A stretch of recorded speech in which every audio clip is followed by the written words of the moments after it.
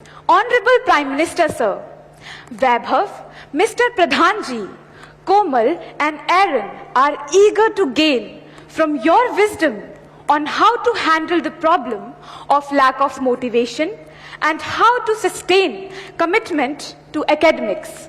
Also, many other students from all over India want to know how to ensure that they participate equally in extracurricular activities to be well-integrated individuals. Kindly guide all of us, sir. कोई ये सोचता हो कि motivation का कोई injection मिलता है, हाँ, और वो इंजेक्शन हम लगवा दें तो फिर मोटिवेशन का एश्योरेंस मिल जाता है। किसी को लगता है कि ये फॉर्मूला मिल जाए तो फिर मोटिवेशन की कभी समस्या नहीं रहेगी। तो मैं समझता हूं कि बहुत बड़ी गलती होगी। लेकिन पहले तो खुद को आप ऑब्जर्व कीजिए कि आप वो कौन सी बातें होती हैं जिससे पूरी तरह डीमोटिवेटेड हो जाते हैं। आपको पता चलेगा। आप दिन भर देखेंगे, सप्ताह भर देखेंगे, महीने भर देखेंगे तो आप पकड़ पाएंगे कहाँ जब ऐसा होता है तो मुझे लगता है वो मैं कुछ नहीं कर सकता, ये मेरे लिए कठिन है। तो एक खुद को जानना और उसमें भी वो कौन सी बातें हैं जो मुझे हताश कर देती है, निराश कर देती है, एक बार उसको जान लें और उसको एक बार नंबर बॉक्स में डाल दें। ठीक है, फिर आप कोशिश कीजिए कि वो कौन सी चीजें हैं जो सहज रूप से आपको मोटिवेट करती हैं। जो बातें सहज रूप से आपको मोटिवेट करती हैं उसको आप आइडेंटिफाई कीजिए। मान लीजिए आपने कोई बहुत अच्छा गाना सुना, सिर्फ उसका संगीत नहीं, उसके शब्दों में कुछ चीजें ऐसी है कि आपको लगता है हाँ यार, सोचने का तरीका ये भी हो सकता है। तो आपने देखा होगा कि आप अचानक नए सिरे से सोचना शुरू कर देते हैं। किसी ने आपको बताया था? नहीं बताया था, लेकिन आपने खुद को तैयार किया था कि वो कौन सी चीजें हैं जो मुझे मोटिवेट करते, आपने पकड़ लिया। तो आपको मन करेगा हाँ, ये मेरे लिए बहुत काम की चीज है। इसलिए मैं चाहूंगा कि आप स्वयं के विषय में जरूर एनालिसिस करते रहिए। उसमें किसी और की मदद के चक्कर में मत पड़िए।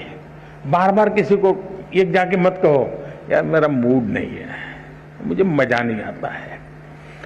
फिर आपके अंदर एक ऐसी वीकनेस पैदा होगी कि हर बार आप सिंपैथी चाहेंगे। फिर आपका मन करेगा मम्मी मेरे पास बैठे हैं, जरा मुझे पुचकारे पुलकारे, समय में जरा उत्साहित करे, मेरा लालन पालन करे। तो एक वीकनेस धीरे धीरे डेवलप हो जाएगी। कुछ पल तो अच्छे चले जाएंगे। और इसलिए कभी भी उन चीजों के विषय में सिंपैथी गेन करने के लिए उपयोग मत कीजिए, कभी मत कीजिए। है जीवन में मुसीबतें आई, निराशा आई, हताशा आई, मैं उसको खुद जीऊंगा, मैं उससे जम करके उससे जंग करूंगा और मेरी ही निराशा, मेरी उदासीनता को मैं ही खत्म कर दूंगा, मैं ही उसको कब्र में गाड़ दूंगा। ये विश्वास पैदा कीजिए।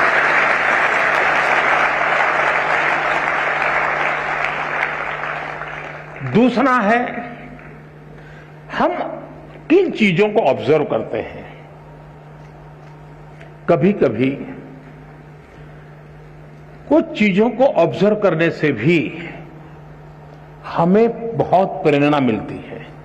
अब मान लीजिए आपके ही पर घर में एक 3 साल का बच्चा है, 2 साल का बच्चा है, उसको कुछ लेना है लेकिन उसके लिए बड़ा मुश्किल है।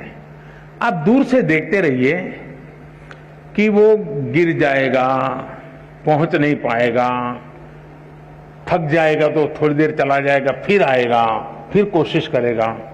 मतलब आपको वो सिखा रहा है कि ठीक है मेरे लिए मुश्किल है लेकिन मैं अपनी कोशिश नहीं छोड़ूंगा।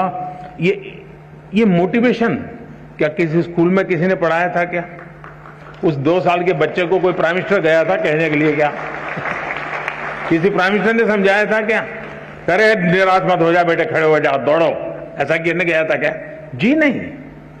ईश्वर ने एक इनहेरेंट क्वालिटी हम सब में रखी हुई है, जो हमें कुछ न कुछ करने के लिए वो ड्राइविंग फोर्स बनती है। छोटे बालक में भी होता है।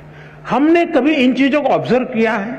आपने देखा होगा कि कोई दिव्यांग अपनी कुछ गतिविधि करता है, उसने अपने तरीके ढूंढ लिए हैं, बहुत अच्छे ढंग से करता है, लेकिन हमने माइन्यूटली ऑब्जर्व किया कि देखिए भाई, ईश्वर ने उसकी इतनी शरीर में कमियां दी है, लेकिन उसने हार नहीं मानी है। उसने अपनी कमियों को ही शक्ति बना दिया है।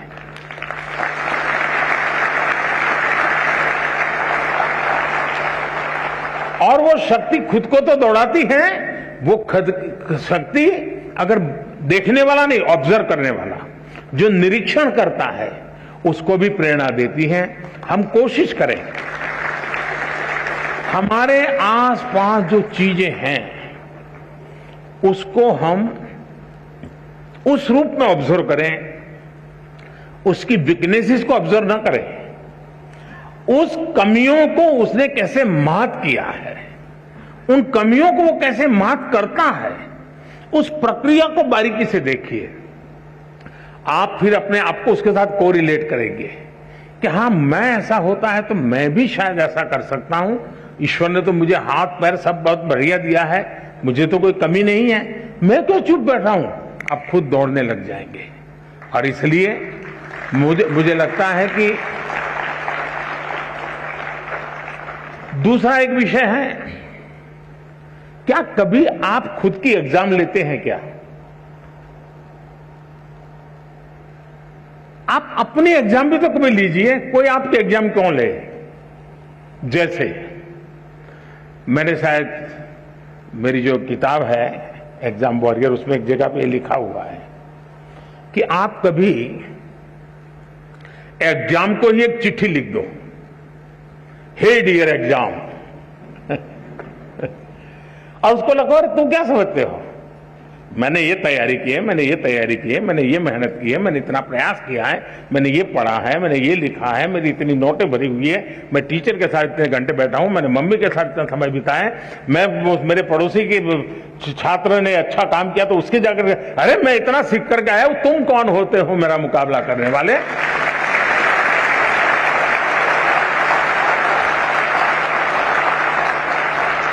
तुम क्या होते हैं मेरी एग्जाम लेने वाले? मैं तुम्हारी एग्जाम ले रहा हूं, मैं देखता हूं तुम मुझे नीचे गिरा करके दिखा दो, मैं तुम्हें नीचे गिरा करके दिखा देता हूं। कभी तो करिए। कभी कभी आपको लगता है कि भाई मैं ये जो सोचता हूं सही है गलत है, आप ऐसा कीजिए,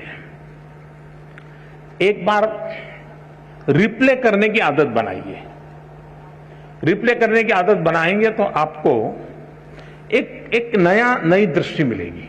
जैसे मानो क्लास के अंदर कुछ सीख करके आए हो, आपके 3-4 दोस्त हैं, बैठिए और आज जो सीखा है आप ही टीचर बन के आपके 3 दोस्तों को सिखाइए, फिर दूसरा दोस्त और 3 को सिखाए, फिर तीसरा दोस्त और 3 को सिखाए, फिर चौथा दोस्त, यानी एक प्रकार से जितने पाया होगा वो परोसेगा और हर एक को ध्यान में आएगा, देखिए यार उसने इस बिंदु को पकड़ा था, मुझसे छूट गया था, उसने इस पॉइंट को पकड़ा था, मुझसे छूट गया था।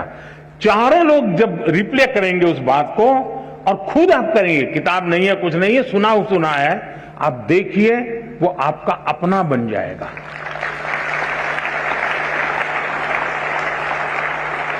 आप चीजों को, अब आपने देखा होगा कहीं कोई घटना घटी हो, बड़े बड़े पॉलिटिकल लीडर को भी ये टीवी वाले खड़े हो जाते हैं ना डंडा लेकर के, और आपने देखा होगा वो जवाब देने में इधर उधर हो जाते हैं। कुछ लोगों को तो पीछे से प्रॉम्प्टिंग करना पड़ता है, आपने देखा होगा। लेकिन एक गांव की महिला है, कहीं एक्सीडेंट हुआ है और कोई टीवी वाला पहुंच गया, उसने बेचारी को टीवी क्या है मालूम भी नहीं है और उसको पूछ लिया। आप देखिए बड़े आत्मविश्वास के साथ वो सारा वर्णन कर देती हैं कि ऐसा हुआ था, फिर ऐसा हुआ था, फलाने आए थे, टिकने आए थे, ऐसा। यानी परफेक्टली चीजों बता। क्यों? क्योंकि उसने जो अनुभव किया उसको वो आत्मसात कर लेते हैं और उसके कारण उसको रिप्ले बड़ी आसानी से कर लेते हैं। और इसलिए मैं मानता हूं कि आप अपने आप को खुले मन से इन चीजों से जोड़ेंगे तो कभी भी निराशा आपके दरवाजे पर दस्तक नहीं दे सकती है।